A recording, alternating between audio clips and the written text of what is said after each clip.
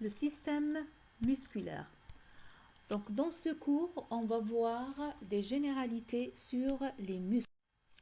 Les objectifs du cours, c'est de connaître les différents types des muscles, connaître la classification des muscles et savoir décrire un muscle strié. Le plan que l'on va suivre est le suivant. Donc on va commencer par une introduction, ensuite on va faire une classification des muscles, on va décrire un muscle strié, on va voir quelles sont les formations qui sont annexées au muscle, un petit mot sur la vascularisation et l'innervation et enfin on terminera par l'anatomie fonctionnelle du muscle. En introduction, donc le système musculaire va être formé par des organes contractiles que l'on appellera les muscles. Les muscles ont des propriétés d'excitabilité, d'élasticité et de tonus. Donc ils sont excitables, ils sont élastiques et ils sont doués de tonicité. Ils ont la propriété de la tonicité. Le rôle principal des muscles est la mobilité. Et la science qui étudie les muscles s'appelle la myologie. Le nombre est d'environ 600 et il représente environ 40% de la masse corporelle. Comme vous le voyez ici sur ces deux schémas, la représentation des muscles du corps humain. Donc il représente 40% du poids du corps. Les muscles sont constitués par des fibres musculaires et la fibre musculaire représente l'unité élémentaire du muscle, c'est-à-dire c'est l'unité fonctionnelle du muscle. Et vous la voyez ici. Donc vous voyez que ce muscle-là est formé par des fibres musculaires et un ensemble de fibres musculaires forme ce qu'on appelle un faisceau. Et l'ensemble des faisceaux forme un muscle. Donc l'unité fonctionnelle du muscle prend le nom de fibre musculaire. On va commencer tout d'abord par la classification des muscles. Il existe 3 types de tissus musculaires. On a le muscle strié ou squelettique, comme vous le voyez ici. Squelettique, donc il est fixé au squelette. Quand on fait une coupe microscopique, on voit que les fibres musculaires sont disposées d'une manière parallèle et striées. Deuxièmement, on a le muscle lisse. Le muscle lisse, il forme la paroi des organes internes tels que ici l'estomac. Une coupe histologique nous montre la disposition des fibres musculaires. Et enfin, on a le muscle cardiaque qui va former le muscle du cœur qui est le myocarde et une coupe à ce niveau nous montre la disposition des fibres musculaires qui est différente des autres. Il y a des espaces entre les fuseaux musculaires. Premièrement, on va décrire d'abord le muscle strié. On vous dit qu'il y a 3 types de muscles striés. Il y a le muscle strié squelettique qui est relié au squelette. Comme vous le voyez ici, donc les muscles striés squelettiques qui est fixé à l'os, c'est pour ça qu'on l'appelle squelettique. Deuxièmement, on a les muscles possiers, comme leur nom l'indique, donc ils sont reliés à la peau, tels que ici les muscles de la face, ce sont des muscles qui sont reliés à la peau, des muscles possiers. Et enfin, vous avez des muscles accessoires.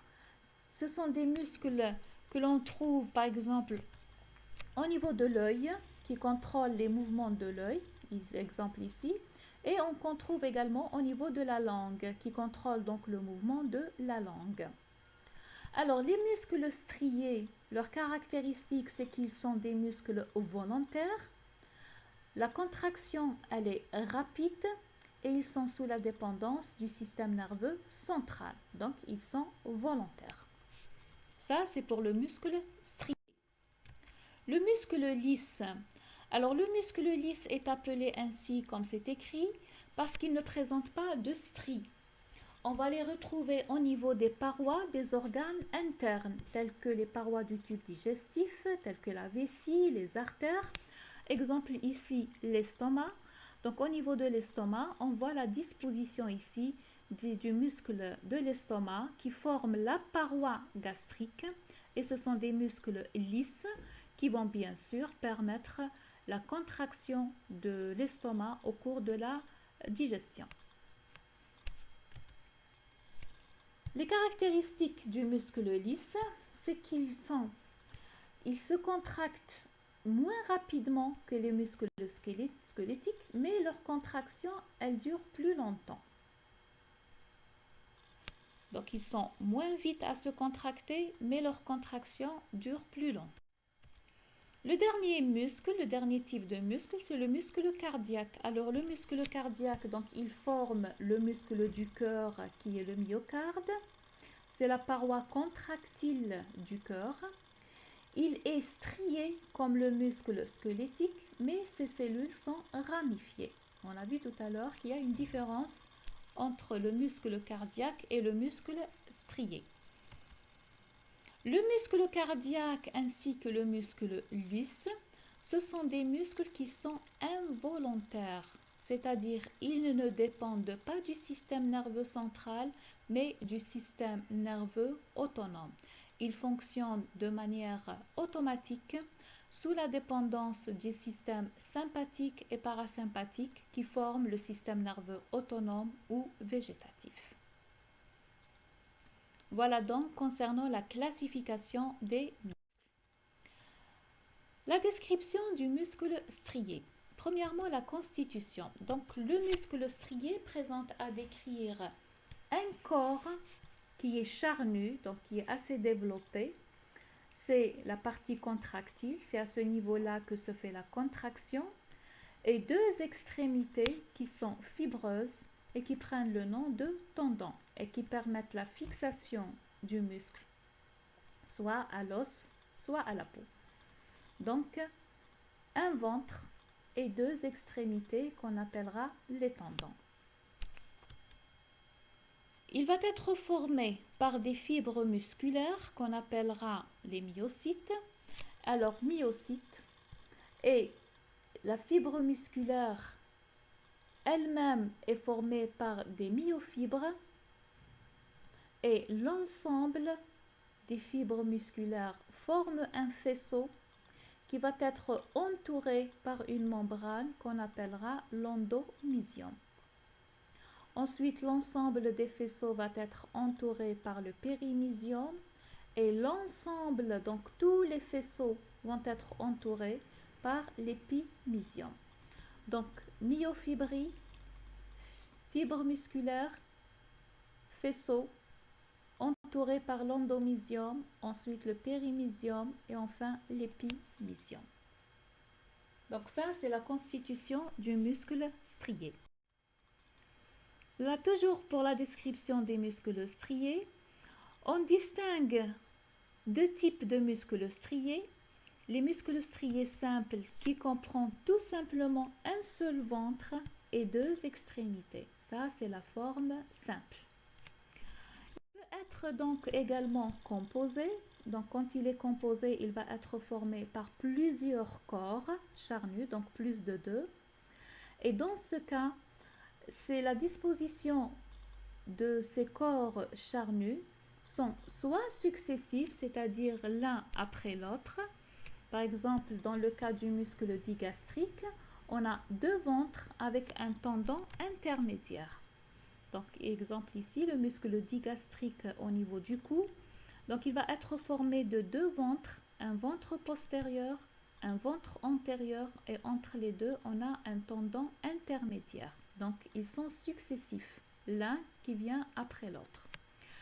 Soit polygastrique, dans le cas du muscle droit de l'abdomen, et vous le voyez très bien ici, donc c'est plusieurs ventres qui sont placés l'un après l'autre et qui sont séparés par des tendons intermédiaires. Donc ça, c'est dans le cas où la disposition elle est successive. On peut avoir une disposition juxtaposée, par exemple, ici on a un ou plusieurs, plutôt plusieurs chefs, donc plus de un, qui sont disposés l'un à côté de l'autre, avec une extrémité qui est formée, donc une extrémité qui va présenter à décrire un ou plusieurs tendons, et une terminaison ou une autre extrémité terminale qui va se terminer par un tendon commun. Donc à l'origine, on a des tendons qui sont séparés. À la terminaison, on a un tendon qui est commun. Exemple ici, le biceps. Donc ça, c'est la disposition des muscles striés composés, soit de manière successive, soit de manière juxtaposée. La forme des muscles. Alors, on peut avoir un muscle strié superficiel lent, donc qui peut être fusiforme, pluriarticulaire, c'est-à-dire qu'il va toucher plus d'une articulation. On peut avoir un muscle plat, tel que les muscles qui forment les parois du tronc. Exemple ici, on a un muscle qui a une forme triangulaire. Donc ils sont plats et ils ont des formes qui sont géométriques, qui peuvent être quadrilatères, losangiques ou triangulaires. On peut avoir également un muscle court, donc dont les dimensions sont réduites, elles sont petites. On les trouve en profondeur et ils touchent généralement une seule articulation. Ils sont monoarticulaires. Donc là c'est pluriarticulaire, là c'est monoarticulaire. Et on a des muscles annulaires qui vont entourer les orifices. Exemple, la bouche, l'œil. Donc on a des muscles qui entourent les orifices. Ce sont des muscles qui sont annulaires. Et enfin, on a d'autres muscles qui sont classés de manière géométrique, tels que le trapèze, des muscles carrés, des muscles triangles. C'est selon leur forme géométrique.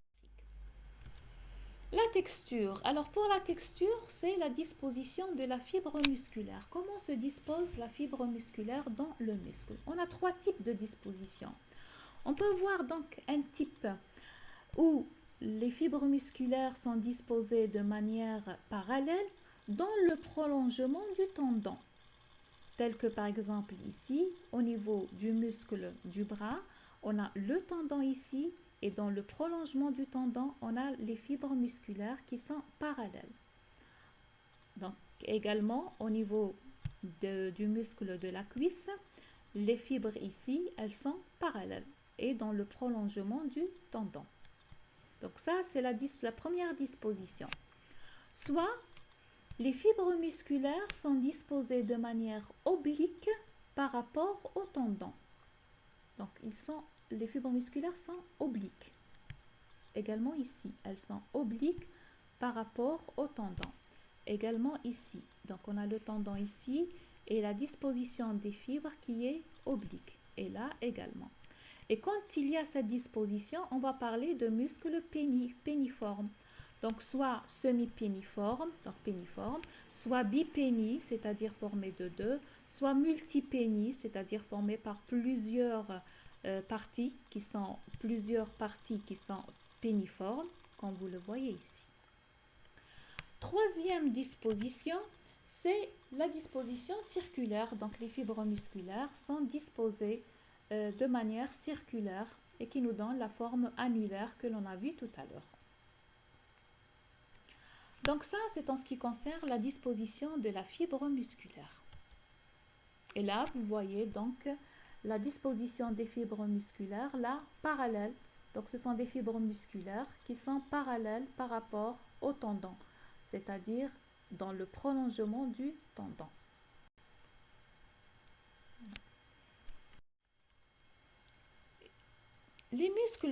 Dans les muscles, on a certaines structures qui sont présentes et qui sont là pour aider au fonctionnement du muscle.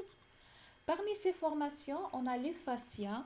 Alors les fascias, ce sont des enveloppes qui sont fibreuses, de recouvrement ou de glissement. Donc elles sont là pour recouvrir le muscle et permettre le glissement des fuseaux musculaires donc au cours des mouvements. Exemple ici, donc vous avez les fuseaux musculaires, ensemble de fibres musculaires, un fuseau musculaire qui va être entouré par l'épimysium et ensuite on a le fascia qui va recouvrir l'ensemble et qui va qui va faciliter le glissement au cours des mouvements musculaires. Vous les voyez également ici, un autre schéma, donc les fuseaux musculaires qui sont entourés ici par le fascia. On peut avoir des aponevroses d'insertion. Alors les aponevroses d'insertion, ce sont des prolongements tendineux de la fibre musculaire.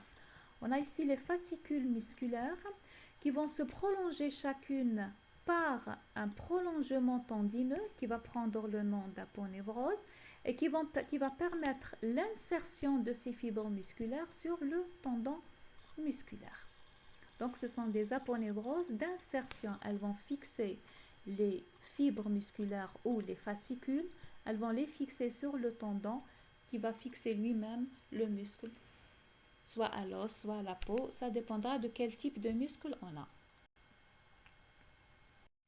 Les autres structures, donc on a des gaines fibreuses synoviales. Celles-ci, elles vont entourer le tendon. Donc ce qu'on a vu tout à l'heure, c'était des formations qui entourent les fibres musculaires, les fascias et les aponevroses. Ici, les gaines fibreuses entourent le tendon. Donc elles sont soit de type synovial, soit de type fibreuse. Elles entourent, donc ici vous voyez le tendon et là la gaine. Elles sont là également pour faciliter les glissements, pour éviter les frottements et pour protéger également le tendon. Vous avez également les bourses synoviales de glissement que l'on trouve généralement dans les articulations, telles que ici la bourse séreuse, donc qui va également éviter les frottements et favoriser les glissements. Et enfin, vous avez également les cloisons intermusculaires qui séparent les loges musculaires et que l'on voit sur une coupe. Donc une coupe ici au niveau du membre pelvien, donc au niveau de la cuisse. Ici, vous avez des loges musculaires, donc une loge musculaire, la loge ventrale, et vous avez la loge dorsale et la loge interne. Donc là, vous avez ici ces trois loges-là qui sont séparées par des cloisons musculaires. Donc c'est des cloisons qui séparent les loges musculaires d'une région, parce que chaque loge a une fonction qui lui est bien spécifique. Donc ça, c'était en ce qui concerne les structures qui sont annexées aux muscles. Concernant la vascularisation et l'innervation, il faudra savoir que le muscle va avoir ses artères et ses veines de voisinage, c'est-à-dire celles qui se trouvent juste à côté et qui vont lui assurer l'apport sanguin. L'innervation du muscle, elle est mixte, elle est motrice, sensitive et végétative. Pour l'anatomie fonctionnelle, donc comment classe-t-on le muscle du point de vue fonctionnel? On a des muscles qui sont agonistes, donc qui vont permettre le même mouvement. On a des muscles synergiques qui vont augmenter l'action d'un muscle. On a des muscles fixateurs qui immobilisent l'articulation. On a des muscles polyarticulaires qui mobilisent plusieurs articulations telles que le muscle biceps. Donc vous voyez qu'il intéresse l'articulation de l'épaule et il intéresse également l'articulation du coude. Donc il est polyarticulaire. Comme on peut avoir des muscles monoarticulaires qui intéressent une seule articulation, tel que ici le muscle brachial qui va intéresser uniquement l'articulation du coude. Dernier type de muscles, ce sont les muscles antagonistes que l'on trouve dans une région quelconque. Par exemple ici au niveau du bras, on a des muscles antagonistes. On a le biceps qui est antagoniste du triceps.